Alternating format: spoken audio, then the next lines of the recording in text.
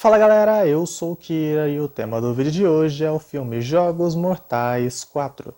E para quem não viu as minhas críticas dos filmes Jogos Mortais 1, 2 e 3, eu vou deixar os links no card e na descrição. Como esse filme tem uma parte mais da dinâmica da graça de ver Jogos Mortais e uma parte de aprofundamento do vilão, eu vou primeiro falar sobre a parte narrativa e depois os avanços na mitologia do Jigsaw. Para começar, tem a parte técnica, aquele problema que eu vou citar em todas as minhas resenhas de Jogos Mortais. Tem muito jumpscare idiota, tem muitos momentos em que tem uns sons altos que são incompatíveis. Não é aquele jumpscare da pomba na janela ou o galho de árvore batendo na janela. Não tem motivo, só vem um sonzão pra gente se assustar. Isso é patético, é o pior tipo de terror que existe. Claro que também não podia faltar aquela montagem, aquela edição meio acelerada, bizarra, que coloca um monte de imagem sobreposta e fica tremendo, pipocando na tela, uma coisa horrível. Eu entendo que é para dar um dinamismo, mas fica muito artificial, muitas vezes sem motivo, como se fosse uma estética de videoclipe que os diretores da franquia não conseguem largar. É muito chato, bem ruim e acho que vai se repetir até o final.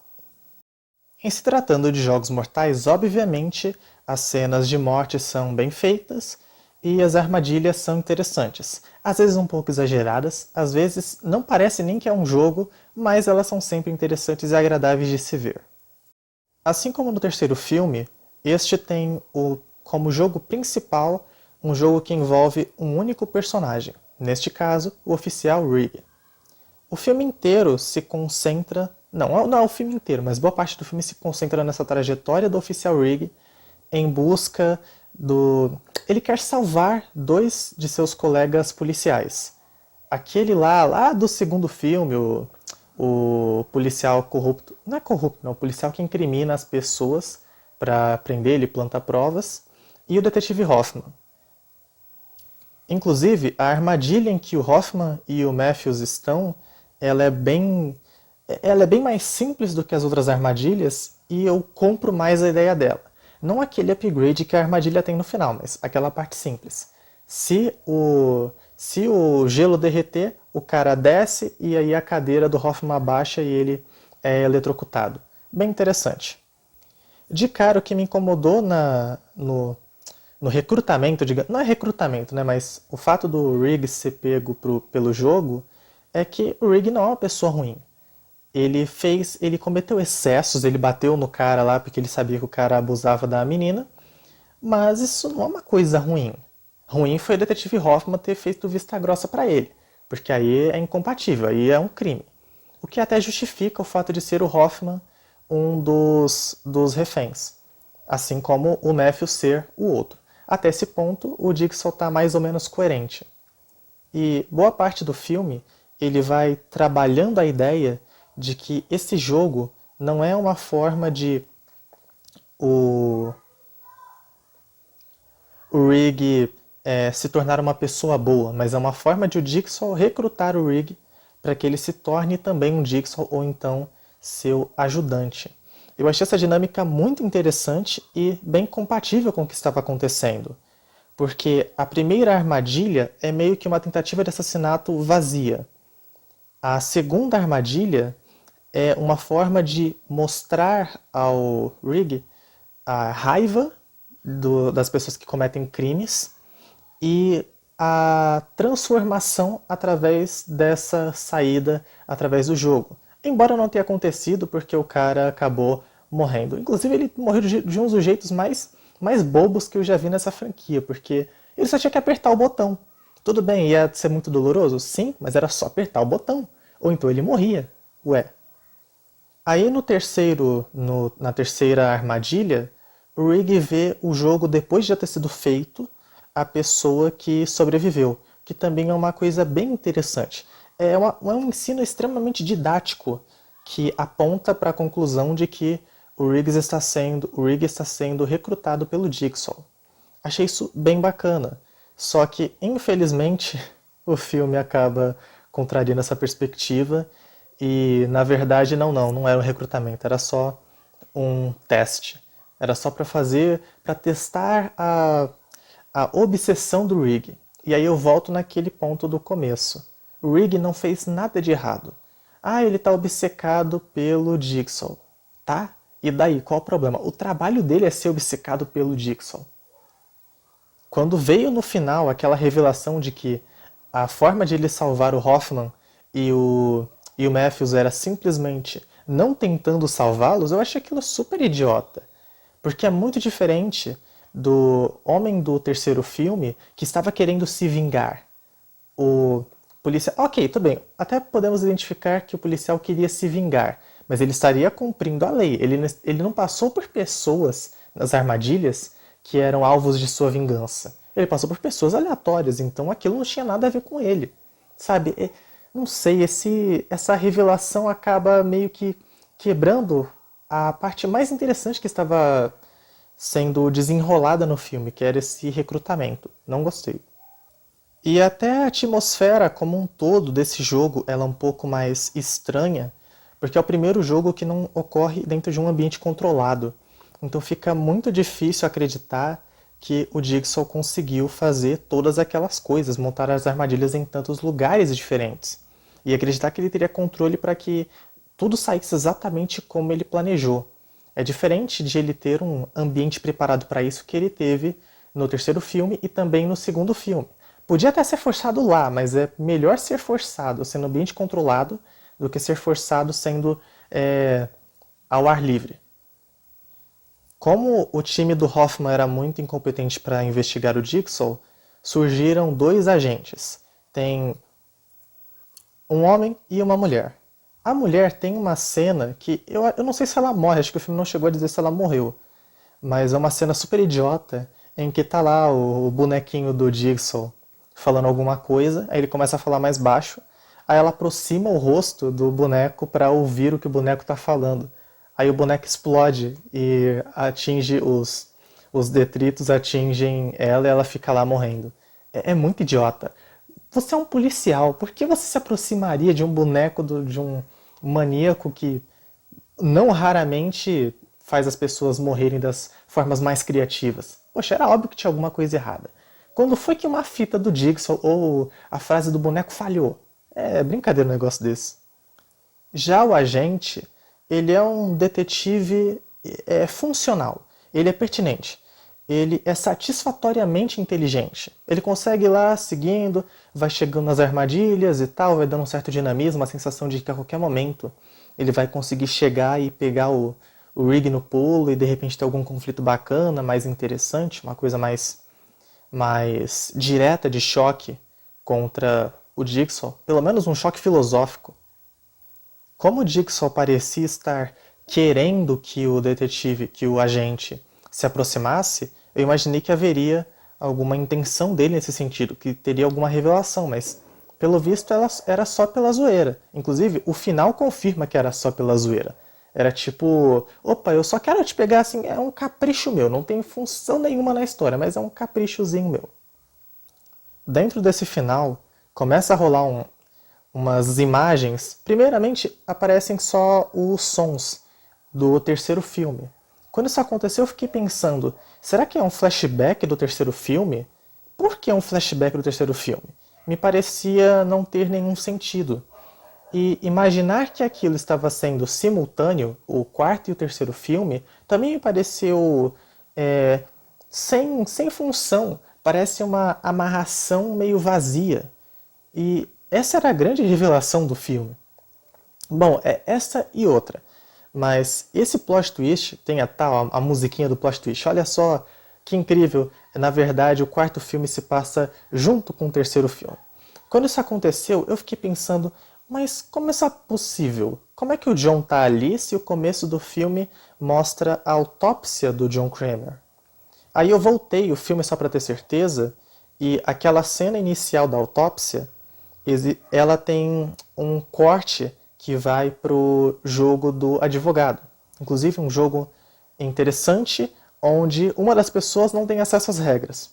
Muito legal. Valeu, Dixon. Tá seguindo as regras certinho aí. E depois já tem uma outra cena que não retoma a questão do detetive Hoffman. Então o filme ele engana a gente. Ele joga aquela cena inicial para que a gente suponha que o filme está acontecendo depois da morte do John. E eu acho isso um jeito muito baixo de se produzir um plot twist. Porque se você tirar essa cena do começo, que não tem absolutamente nenhuma relevância, o plot twist deixa de existir. E aquela cena ela só existe em função de criar o plot twist. Porque não tem motivo para o Hoffman ouvir aquela fita. Ela não é uma revelação. A revelação é que o Hoffman é o Jigsaw. Não, aquela fita não é nem tipo o Jigsaw convidando o Hoffman para ele ser o novo Jigsaw. Se fosse isso, seria muito legal. Só que isso acontece depois que o Hoffman já fez o jogo do Rig. Então, cara, o que é isso? Pra que fazer isso? Pra que fazer aquela integração? Só pra dizer, olha só, amarramos todas as pontas e todo mundo morreu, acabou a história. E ainda prendeu, o Hoffman prendeu o agente lá no lugar onde estava o corpo do Jigsaw e o corpo da médica lá do filme anterior. Aí eu fiquei me perguntando, por que ele prendeu o cara lá? Porque a partir do momento em que nós temos uma autópsia do John, significa que o corpo do John saiu de lá. Então, eu acredito que o agente tenha sobrevivido. E mesmo que a gente não tivesse sobrevivido, por que o agente teria que morrer? Qual é essa lógica? Beleza, ok. O Hoffman não tem tanto apreço pela política de jogos do John Kramer, mas pegar as pessoas assim a esmo, como se ele fosse um cara meio aleatório, isso não combina nada com o que caracterizou os dois primeiros Jogos Mortais como filmes de alta qualidade. Só para ressaltar, a esmo foi força de expressão. Existem motivos para que aquelas pessoas que estão nas armadilhas estejam nas armadilhas. Só que não é um motivo vinculado especificamente ao policial. Em resumo, esse jogo principal do Rig, ele tem um desenrolar interessante, mas o final dele acaba tirando a qualidade do que vinha antes, porque reverte a expectativa. Existe essa mania de Jogos Mortais de ficar resgatando coisas bem pontuais dos filmes anteriores, que me dá a sensação de que essa franquia de filmes deveria ser uma série. Porque aí voltar aquela policial que morreu no jogo que não tinha saída, aí tudo bem. Só que se você não assiste a franquia em sequência, ou se você não, sei lá, você não faz anotações do que aconteceu, você vai ver personagens sendo resgatados e você não vai saber quem é. Você não vai fazer ideia do que está sendo citado e por que aquilo é relevante. Fora que eu acho muito forçado que o plano do Jigsaw seja com tanta antecedência que o Matthews foi mantido vivo durante tipo 6 meses em cativeiro. Eu acho um pouco exagerado demais, até para os padrões de Jogos Mortais, essa conveniência. Esse lado do filme, ele não funciona porque ele não consegue entregar algo que seja muito agradável. A virada final, ela consegue ser inferior à virada do terceiro filme, que já não é uma virada, nossa, que super empolgante e tal, mas piorou aqui. E o outro lado de Jogos Mortais 4 é o aprofundamento do John Kramer. Aqui nós temos a esposa dele, a ex-esposa dele, que tinha aparecido num flashback, acho que no filme anterior, e existem algumas revelações sobre coisas que aconteceram com o John. A esposa dele tinha um trabalho voltado a ajudar as pessoas, e um viciado, que seria uma dessas pessoas que ela ajudava, acabou fazendo ela perder o bebê numa cena que é bem impactante, mas que teria sido mais impactante se ela não tivesse ido lá xeretar pelo visorzinho da porta sem nenhum motivo. Com isso, o John Kramer entendeu que existem pessoas que elas devem ser ajudadas, mas elas devem se ajudar, porque se elas não se ajudarem, elas não vão conseguir evoluir. Apenas você ir e tentar ajudá-las não seria o suficiente. O problema é que, embora essa seja uma construção teórica que meio que embasa legal o Jigsaw, ela é um pouco redundante considerando que nós já vimos na franquia, porque eu já sabia que o John sofreu um acidente, quase morreu, e isso deu a ele outra perspectiva. Eu já tinha essa noção do estalo dele para começar a fazer os jogos.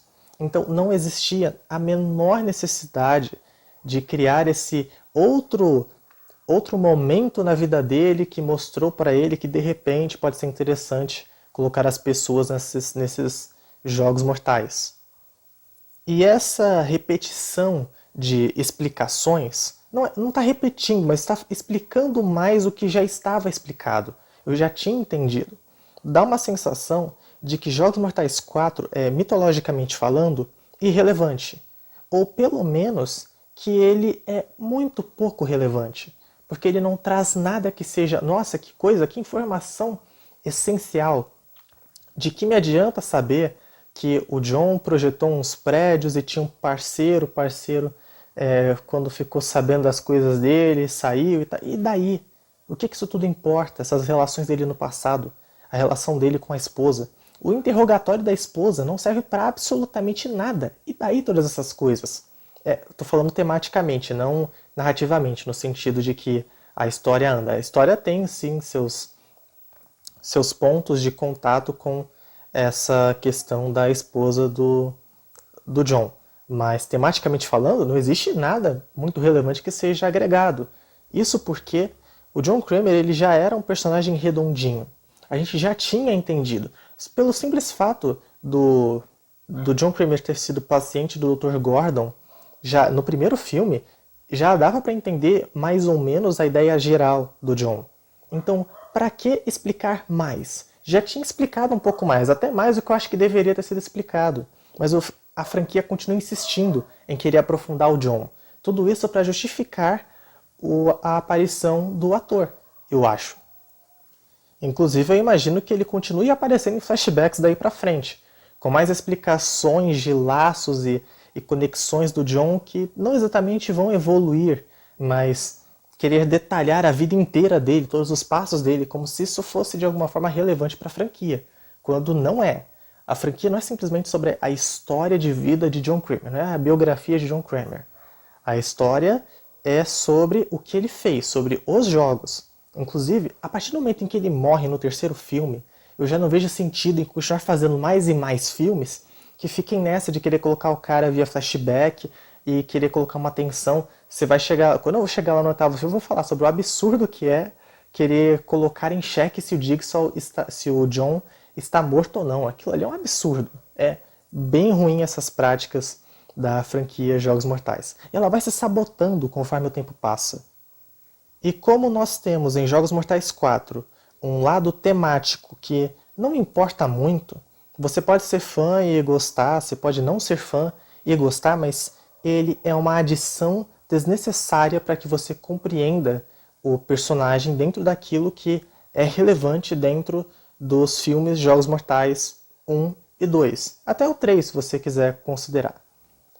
Por outro lado, o lado narrativo da história, então o desenrolar do jogo, do rig e até das demais cenas mais de ação, é meio fraco, é inferior ao que a gente já viu.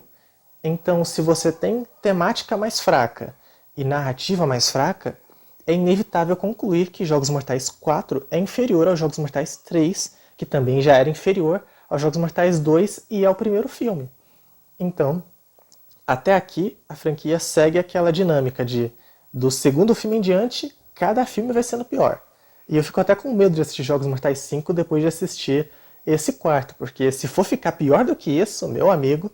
Deixe nos comentários o que você achou sobre esse filme, o que você acha da franquia Jogos Mortais como um todo, e se você acha que esse, de repente, é o pior filme da franquia ou não. O oitavo filme é complicado, acho que esse aqui deve ser melhor do que o oitavo.